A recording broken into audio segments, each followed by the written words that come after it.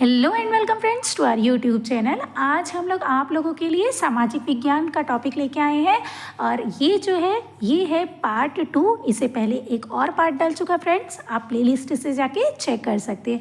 चलिए स्टार्ट करते हैं हमारा सेशन। स्टार्ट करने से पहले अगर आप इस चैनल पर नए हैं तो चैनल को सब्सक्राइब कीजिए, बेल आइकन दबाएँ, जिससे कि आने वाली वीडियोज़ की नोटिफिकेशन आप लोगों को मिलती रहेगी।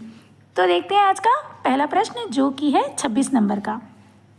तो पहला प्रश्न है आज का, 2 अक्टूबर 1959 को पंचायती राज व्यवस्था को सर्वप्रथम निम्नलिखित में से किस राज्य में लागू किया गया था। फ्रेंड्स, आप यहाँ पर जो है चारों ऑप्शन पढ़ सकते हैं। मैं आप लोगों को सीधा करेक्ट आंसर बताऊंगी और इसका जो करेक्ट आंसर होगा वो होगा ऑप्शन ए, राजस्थान जो है इसका सही उत्तर होगा। पंचायती राज जो है सबसे पहले राजस्थान में चालू किया गया था। अगला प्रश्न है, भारत में प्रथम औद्योगिकी नीति की घोषणा कब की गई थी। तो इसकी घोषणा कब की गई थी? ऑप्शन ए इसका करेक्ट आंसर होगा, अप्रैल 1948 में की गई थी। चलते हैं अगले प्रश्न पर।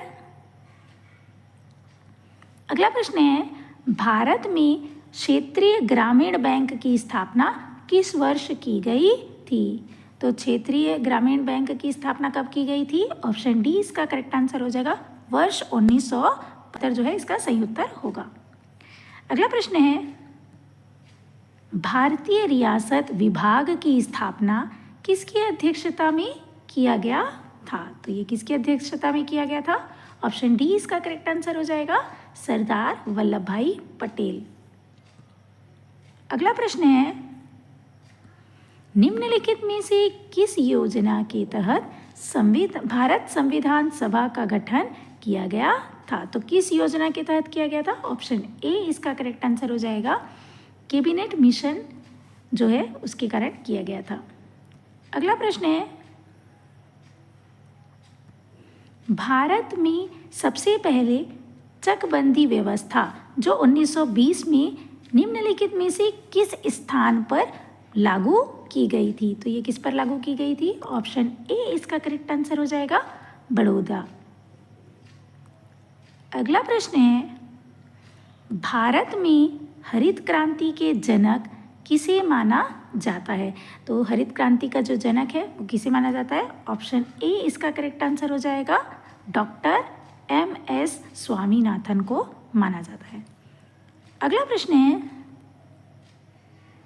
भारत छोड़ो आंदोलन को निम्नलिखित में से किस अन्य नाम से जाना जाता है। तो जो भारत छोड़ो आंदोलन है वो किस नाम से जाना जाता है? ऑप्शन बी इसका करेक्ट आंसर हो जाएगा, अगस्त प्रस्ताव के नाम से भी जाना जाता है। अगला प्रश्न है, सुभाष चंद्र बोस ने 1941 में फ्री इंडिया सेंटर की स्थापना किस देश में किया था। तो इसका जो सही उत्तर होगा वो होगा ऑप्शन ए, जर्मनी में किया था। अगला प्रश्न है, कांग्रेस ने INA के सिपाहियों को बचाने के लिए आज़ाद हिंद बचाओ समिति की स्थापना निम्नलिखित में से इसके प्रमुख कौन थे। तो जो इसके प्रमुख जो थे वो थे, ऑप्शन ए इसका करेक्ट आंसर हो जाएगा, भूलाबाई देसाई जो है इसका करेक्ट आंसर होगा। अगला प्रश्न है, लॉर्ड वेबल ने अपने ब्रेक डाउन प्लान के तहत कब तक अंग्रेजों को भारत छोड़ने का सुझाव दिया। तो इसका जो सही उत्तर होगा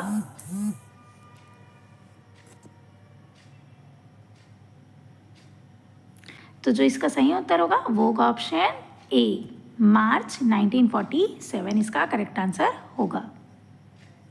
अगला प्रश्न है, कांग्रेस के लाहौर अधिवेशन में तिरंगा किसने फहराया था। तो तिरंगा जो है किसने फहराया था? ऑप्शन सी इसका करेक्ट आंसर होगा, पंडित जवाहरलाल नेहरू ने फहराया था। अगला प्रश्न है, गांधी जी ने सविनय अवज्ञा आंदोलन की शुरुआत किस स्थान से की थी। तो ये किस स्थान से की थी? ऑप्शन ए इसका करेक्ट आंसर होगा, साबरमती आश्रम से जो है सविनय अवज्ञा आंदोलन का शुरुआत हुआ था। अगला प्रश्न है, किसने गांधी जी के नमक सत्याग्रह की तुलना नेपोलियन के एल्बा से पेरिस यात्रा से की थी? तो इसका जो सही उत्तर होगा वो होगा ऑप्शन ए, सुभाष चंद्र बोस। अगला प्रश्न है, द्वितीय गोलमेज सम्मेलन 1931 में कांग्रेस के मात्र प्रतिनिधि के रूप में किसने भाग लिया था? तो किसने भाग लिया था? ऑप्शन ए इसका करेक्ट आंसर हो जाएगा, महात्मा गांधी ने। अगला प्रश्न है, प्रागैतिहासिक काल के अंतर्गत किन संस्कृतियों को रखा जाता है? तो किन को रखा जाता है? ऑप्शन सी इसका करेक्ट आंसर होगा, पाषाण। अगला प्रश्न है,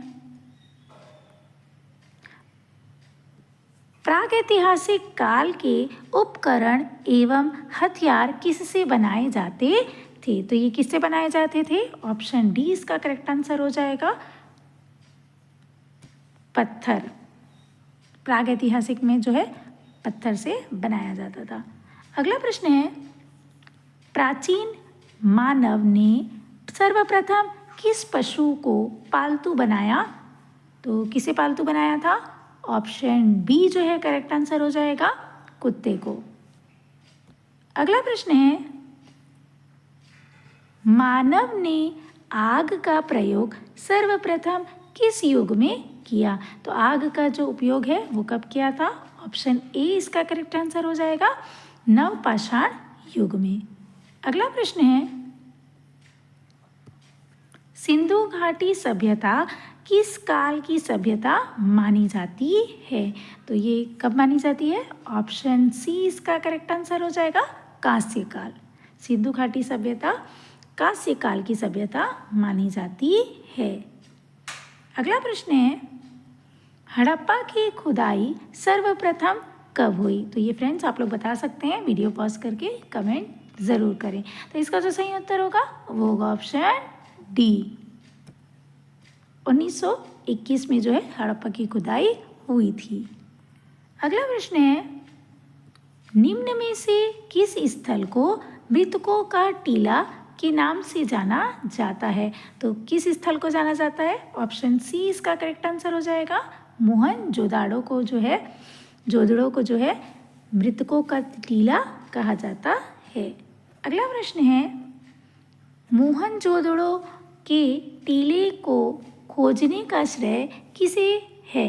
तो ये किसको जाता है इसका श्रेय? मोहनजोदाड़ो को के टीले को खोजने का श्रेय, इसका जो करेक्ट आंसर होगा वो होगा ऑप्शन ए, राखल दास बनर्जी को। अगला प्रश्न है,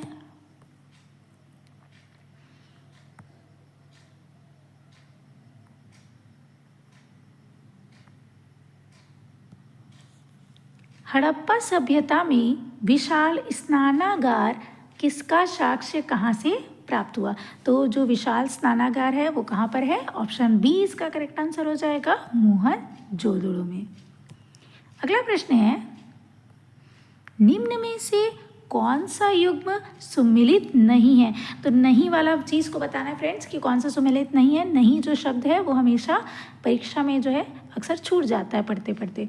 तो इसका जो सही उत्तर होगा वो होगा ऑप्शन डी, लोथल सतलज जो है ये गलत है, ये सुमिलित नहीं है। बाकी जो है सुमिलित है, जैसे कि हड़प्पा जो है वो रावी नदी के किनारे है, मोहनजोदड़ो जो है सिंधु नदी के किनारे है, और कालीबंगन जो है वो घग्गर नदी के किनारे है। तो ये सही है, बस जो है गुलोथल जो है वो गलत है।